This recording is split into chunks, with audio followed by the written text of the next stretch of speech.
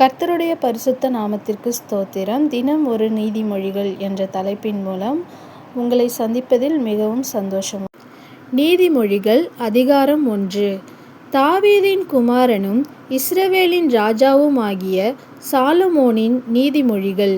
இவைகளால் ஞானத்தையும் போதகத்தையும் அறிந்து புத்திமதிகளை உணர்ந்து விவேகம், நீதி, நியாயம், நிதானம் என்பவைகளை பற்றிய உபதேசத்தை அடையலாம்.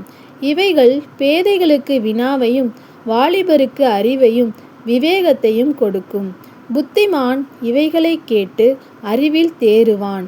விவேகி நல்லாலோசனைகளை அடைந்து நீதிமொழியையும் அதன் அர்த்தத்தையும் ஞானிகளின் வாக்கியங்களையும் அவர்கள் உரைத்த புதை பொருள்களையும் அறிந்து கொள்வான்.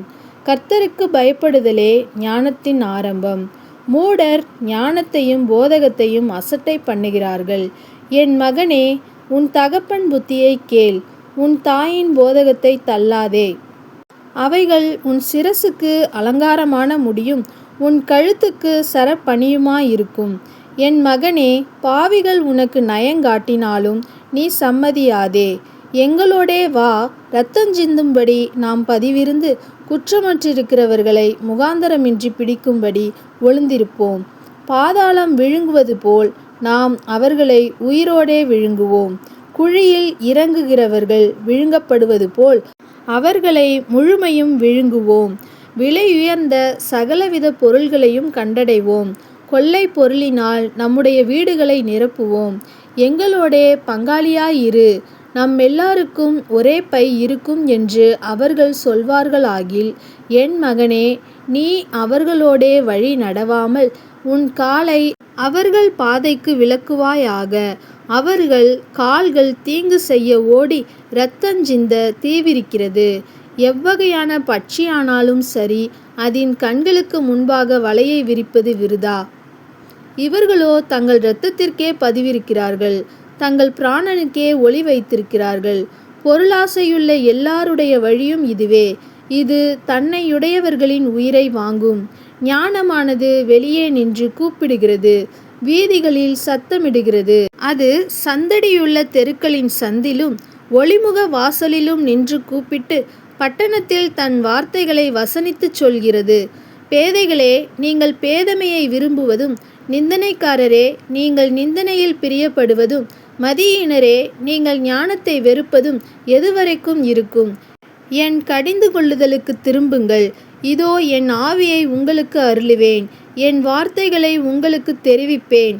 நான் கூப்பிட்டும் நீங்கள் கேட்க மாட்டோம் என்கிறீர்கள்.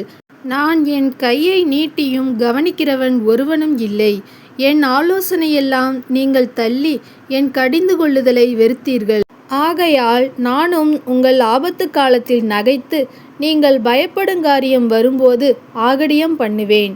நீங்கள் பயப்படுங்காரியம் புசல் போல் வரும்போதும் ஆபத்து சூறாவளி போல் உங்களுக்கு நேரிடும் போதும் நெருக்கமும் இடுக்கமும் உங்கள் மேல் வரும்போதும் ஆகடியம் பண்ணுவேன்.